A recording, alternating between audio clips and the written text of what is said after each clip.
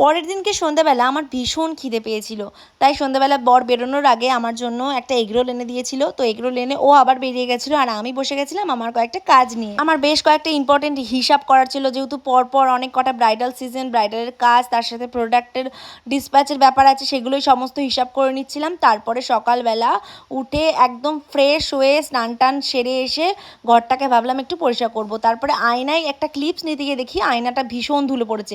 যেহেতু আমাদের রাস্তার ধারে বাড়ির ভেতর না প্রচণ্ডভাবে ধুলো পড়ে, তো সেগুলো করার আগে জামা কাপড়গুলো গুছিয়ে নিচ্ছিলাম। সমস্ত জামা কাপড়গুলো গুছিয়ে ওয়ার্ড্রপটা সুন্দর করে সেট করে আমি চলে এসেছিলাম আয়নার দিকে, মানে ড্রেসিং টেবিলটা ক্লিন করতে। শ্বশুরবাড়ি থাকলে ঘরের এরকম টুকটাক কাজ করতে বেশ ভালোই লাগে, সব কিছু ক্লিন করে ঘরটাকে পরিষ্কার করে রাখতে কার না ভালো লাগে বলো, আমিও করি। তো নিচে যেহেতু কাজটা কমই থাকে, মানে রান্নাঘরের কাজটা কম থাকায় এগুলো আমার কাজ করতে সুবিধাই হয়। তো যাই হোক, ব্লগটা কেমন লাগলো সেটা অবশ্যই জানিও, ভালো লাগলে সাবস্ক্রাইব করো।